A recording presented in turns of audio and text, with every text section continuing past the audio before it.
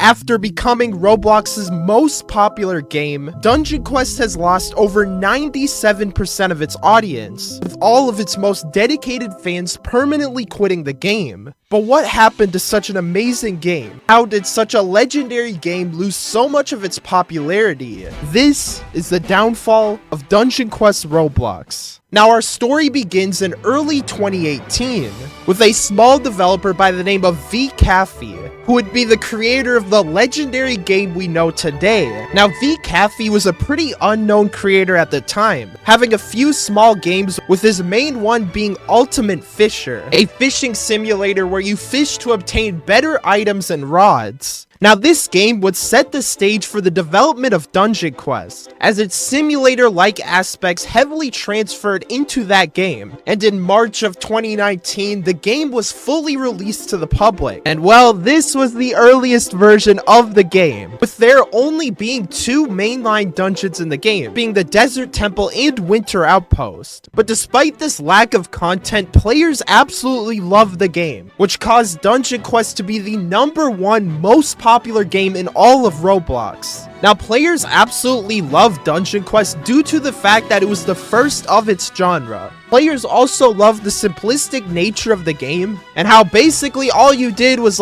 just grind through dungeons to obtain gear. Now, another reason why early Dungeon Quest was so popular was due to the social nature of the game, requiring players to have to team up with each other to actually grind dungeons. This made the game a mix of both a simulator and a social type of game, and because of this, the future of the game had looked brighter than ever before. But around 1 month later, Dungeon Quest would see its biggest update ever, the brand new Pirate Island map. Now, Pirate Island was the huge update that players had been waiting for, and this new dungeon would be the hardest dungeon to ever release in the game, taking players days upon days to even complete once. And this is of course what players love, because this was the main appeal of the game, with the dungeon rewarding good strategy and teamwork. But alongside the release of Pirate Island, we also saw the release of a Lobby 2, which did not used to look like this. This was actually Lobby 2, and used to only have a level 60 requirement. And really the whole purpose of this update was to give players a trading space, and a space to also be able to separate higher level people from lower level players. Now, just a couple of weeks after the release of Pirate Island, we saw the release of the beloved King's Castle. Now, King's Castle was a relatively unimportant dungeon. However, what was important about it was that it introduced new challenges for players, including the release of speedruns, where players would race to see who could beat the dungeon in the fastest amount of time. People would also compete to see who could get the highest level, with the YouTuber Tanker becoming the first player to ever reach level 100. Now, at this point, Dungeon Quest was getting tens of thousands of players, which today might not seem like a lot, with of course the existence of games like Blox Fruits and Brookhaven. However, at this time, Roblox was only a fourth of the size that it is today, which meant that Dungeon Quest was the most popular game in Roblox, and YouTubers were constantly boosting the game through making tons of videos on it. And with the developers at this time also announcing that they wanted to release 3 huge changes, being boss raids, wave defense, and PvP, players were very excited. And in April of 2019, the Underworld would be released, which of course would be the 5th dungeon Dungeon Quest had seen. Now, it was at this point where a lot of players had wanted kind of like an Underworld-like dungeon, exploring darker themes than previous dungeons seen before. And this dungeon very much did deliver, having some of the best boss fights ever seen before, and just being something that players love. Now, the Underworld would also be the dungeon to introduce Wave Defense, being one of the 3 updates that the developers had promised players. Now, Wave Defense allowed for players to infinitely go through hordes of monsters, where the difficulty of those monsters would improve after every single wave. Now, Wave Defense would also be the first update to cause Dungeon Quest to kind of lose some players, as players found it to be extremely repetitive after 1 or 2 playthroughs.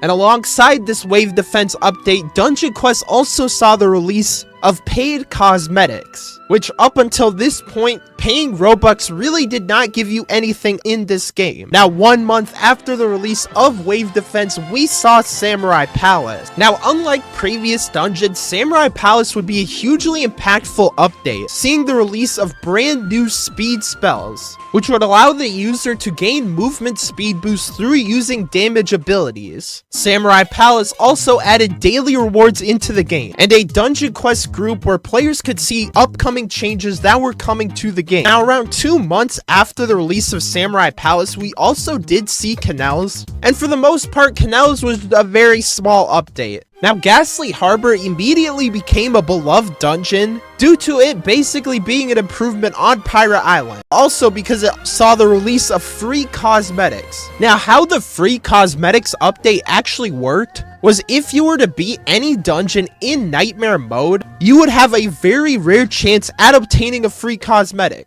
Now, another change that came around this time would be the Excalibur, and the 6 different quests that you would have to complete to unlock it, which to this date is still not completable. But around a month after this, the most hated dungeon to ever release would be dropped: Steampunk Sewers. Now, players absolutely did not like this dungeon because of how simplistic and easy it was. Steampunk Sewers created something super simplistic, with maps and enemies that were considered quite mediocre. And truly, this was one of the big updates to cause Dungeon Quest to lose a lot of players. Now, the update to follow Steampunk Sewers would be the first dungeon event, which would of course be the Halloween event of 2019. And to conclude the year of 2019, we saw the release of boss raids along with the Christmas event. But let's move on to the next year. I don't know about you guys, I don't know if you guys can relate to me whatsoever, but this game does get boring and very, very repetitive. But of course, this game in general wasn't as booming as it was back in 2019 when there was like 20k, 30k, maybe even 40k players. 2020 would be the worst time in the entire history of Dungeon Quest, with the cause of this being the Boss Raids update. Now, Boss Raids was one of the 3 promises that the developers made. However, Boss Raids did not land the way they expected. Now, the original version of Boss Raids would give players 3 lives to defeat a boss in a certain amount of time. Now, the concept of this isn't bad, besides the fact that you literally fight the same boss over and over again, with there at the time being 7 different tiers. And what made things even worse is that players had only a 33% chance of dropping gear, which to most players felt like a huge anti-fun mechanic. This caused Dungeon Quest to average 1,000 to 3,000 players versus the tens of thousands that it got in 2019. So as Roblox was growing, Dungeon Quest was only falling off. And Dungeon Quest tried to alleviate this issue through releasing different types of raids, but this just simply was not enough. Now, after 5 months since the release of Steampunk Sewers, Dungeon Quest had finally dropped Orbital Outpost in January of 2020. But unfortunately, Orbital Outpost had many of the same issues that Steampunk Sewer had, with its theme and map being something that players really just did not want. And it wasn't really the grand dungeon that dungeons like Ghastly Harbor and the Canals were. This was also the time when many of the biggest creators such as Tanker, Kelvin GTS, and Wreckedaway permanently quit the game, as Dungeon Quest simply wasn't popular anymore. Now, the period between Orbital Outpost and Volcanic Chambers would be the longest wait players had to wait for a dungeon, with it taking over 7 months to release. But after a long period of time, the long-awaited Volcanic Chambers finally dropped in around mid-2020. Now, this dungeon would be the dungeon that players had really wanted for the longest time, being the massive grand dungeon with some of the best enemy patterns, boss fights, and music out of every single dungeon in the game. But also, this dungeon would do something super unique, releasing brand new legendary spells, of course being the Enhanced Inner Focus and Enhanced Inner Rage, which would be some of the rarest items that you could drop in this game, giving players a huge incentive to actually grind. This was only a band-aid to a much bigger issue, which is the repetitive nature of this game, where every single dungeon just seemed to feel the same, and where they would release a dungeon just for players to grind out the update for a couple of weeks and basically have nothing to do. And it was the same cycle over and over again. Dungeon Quest needed something different, and that different thing would be the announcement of Dungeon Quest PvP, which would be its own game by the name of Arena Champion. Now, while this game was very far from coming out, players became excited about the idea of PvP in Dungeon Quest, and maybe PvP would be the thing to fix the failures of both wave defense and boss raid. Now, 2020 was not the best year for Dungeon Quest, but let's see what 2021 has to offer for this game. I'm here to showcase a legendary from the brand new map, Aquatic Temple. And today I'm going to be showcasing the new Nightmare Warrior gear. To start off 2021, we saw the Great Aquatic Temple, which was easily the hardest dungeon that had ever released in all of Dungeon Quest. Now, most players considered Aquatic Temple to be a pretty big upgrade from Volcanic Chambers, and one of the best dungeons seen since 2019. And this dungeon took over 7 months to make, breaking the record for the longest amount of time players had to wait for a dungeon. And unfortunately, this would be like one of the only updates of that year, until of course the release of the next dungeon. Now, before I talk about the next dungeon, I want to talk about where Dungeon Quest was at this point. So Dungeon Quest had gained quite a few more players since the very hated boss raids update. However, it paled in comparison to the players it got back in 2019. And of course, Roblox had nearly doubled in size by this time, which meant that Dungeon Quest was super small. And about 6 months after the release of Aquatic Temple, we saw Enchanted Forest. Now, Enchanted Forest was a relatively minimal dungeon and didn't really change a lot. Of course, since Volcanic Chambers, we hadn't seen any more legendary spells, which meant that EIF and EIR were the meta. And to conclude 2021, VCafe dropped the Northern Lands dungeon. Now, the original release of this dungeon did not have bonus bosses or ultimates, but overall, this update was pretty well received, similarly to Enchanted Forest and Aquatic Temple. But again, it didn't provide anything unique that the Dungeon Quest of 2019 was able to do. However, the coming year would be the release of Dungeon Quest's most anticipated change.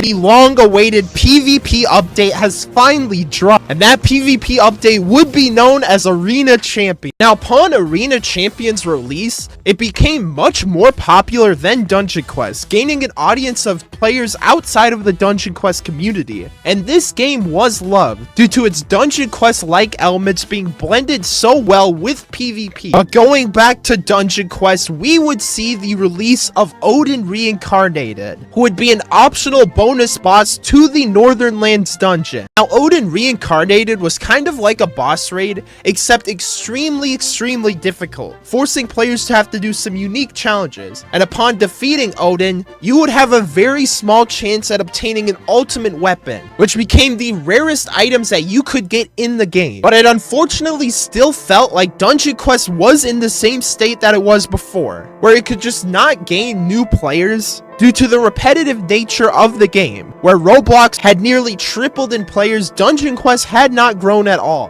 And this would unfortunately be further solidified with the release of Gilded Skies. Now, unlike many of the other dungeons, Gilded Skies was an extremely difficult challenge, with it arguably being to this day the hardest dungeon to have ever released. The other bad part about this update was it took almost a year to release, being the longest wait that Dungeon Quest had seen for an update. And what was made even worse was that Arena Champions had completely died off, causing the developers to actually shut down the game. And at this point, Dungeon Quest's future had looked completely hopeless. Dungeon Quest needed something big. I can officially say VCafe, or Vinny as most of you will know him from my channel, has sold Dungeon Quest. So these guys have a little bit of experience in running games. So what does this mean for the future of Dungeon Quest? What will Voldex do with the funny dungeon game? In June of 2023, VCafe sold Dungeon Quest to the development team by the name of Voldex. Now, this was one change that was hugely unannounced and came as a big surprise to the majority of Dungeon Quest players. And the player base was very divided on whether this would be a good thing for Dungeon Quest. On one hand, it would mean that the game would receive a lot more updates, which was probably the biggest issue with the game. But on the other hand, players were worried that Voldex would bring pay-to-win aspects to the game. But something that everybody knew was that Dungeon Quest was changing, whether for the worse or for the better. And the very first update that Voldex would release would be Yokai P, the long-awaited 16th dungeon that players had waited for almost a year to get. Now, this dungeon introduced a lot of new aspects into the game, from many more different enemy varieties to 4 different bosses in a single dungeon, and many players were satisfied with how this dungeon turned out. After this, Voldex would release a Halloween update, including an entire dungeon dedicated to the event, which many players found to go above and beyond. And to come afterwards, we got a Christmas event, being very similar to the events that VCafe did. And as a final major change to the game, Voldex completely reworked the Desert Temple map, which was of course the first dungeon in the game, making it much more easy and improving the progression a lot, and just overall giving a much better map. This overall left players very hopeful for the year of 2024. Voldex is ripping apart what VCafe has done and turning it into a mediocre pay-to-win simulation. They want to find ways to make money and just overall ruin the original aspect. 2024 had seen the biggest changes that Dungeon Quest had ever seen before. Many of them for good, but a lot of them for bad. With the first change being a remaster of Winter Outpost, which of course was an update that players very much expected, as Desert Temple itself had seen a rework. And Winter Outpost was again another dungeon that was pretty archaic, and definitely was one that needed a rework. Along with this, we saw our first major pay-to-win update being the release of dungeon bundles, where players could buy certain gear from their respective dungeon to help them out. Now, this would be the first of many pay-to-win changes added by Voldex, and the next update would upset players even more as it added more pay-to-win aspects. And of course, that was the boosts update, which allowed players to buy more boosts than just the XP boosts that originally existed in the game. Like, for example, you could buy luck boosts, speed boosts, revive boosts, and even HP boosts. Now, players didn't like that you could buy this, as it felt like pay to win, because players who didn't spend money on a certain boost would be put at a disadvantage over players that did. But an update that would be a little bit less controversial would be Greg. Now, Greg is a random boss encounter that players of any dungeon can experience, and upon defeating this boss, players would obtain items from their respective dungeon along with materials. And what you could do with these materials is go and craft different weapons to help you in the game. And despite the very small pay-to-win aspect of the Greg's Bounty, this was overall one of the best updates that they had done. But a couple of months later, Voldex would release their most controversial update, a remaster to the original version of boss raids, which basically replaced the original boss raids, which was only level 130, to making it available for all players, and also allowing you to get rings from doing the raid. However, the catch is you would only get to play boss raids 3 times per day, and if you wanted to play more, you would have to spend ROBUX. Now, players absolutely hated it due to the fact that it felt like an anti-fun mechanic, limiting how much you can actually even play the game. And previously, before that update, with the huge UI changes completely changing up how things looked, players were not very happy with the state of the game. And while Dungeon Quest was getting a lot more players than it used to get, many of the OG players had felt betrayed. And this would only get even worse with the release of the Platinum currency, which basically replaces everything in the game with Platinum, and of course allowing players to spend Robux to get it. And the thing is, with this Platinum currency, it was now within the rules to buy items with Platinum. it was clear that Dungeon Quest was rapidly taking pay to win too far, and players really wanted a change that actually wasn't pay to win. And that would be done when Voldex would release their second dungeon, the Abyssal Void. Now this is obviously the most recent dungeon in the game, and despite the fact that there were new developers, this took almost the longest amount of time of waiting, taking almost a year to release after Yokai Peak. And one thing kind of unique that this dungeon did do was bring back bonus bosses and ultimates from Northern Lands, which allowed higher level players to have something else to grind for. Abyssal Void also did bring in new legendary spells, however they didn't become the meta. Now despite the success of the Abyssal Void, most players knew that pay to win was coming to ruin this game. And in the final parts of 2024, when we saw things like an AFK mode, and a rework to daily rewards, turning it into playtime rewards, the game was clearly going into a bad direction. And unfortunately, this would be further confirmed with the release of the Christmas update, seeing of course a very similar Christmas event to previous years in Dungeon Quest. However, there was a part of this update that players hated so much that for many completely ruined the game, and that is this right here, Dungeon Quest Plus, which is a $4.99 a month subscription, which allows you to get some pretty mediocre benefits. But let's move on to current time.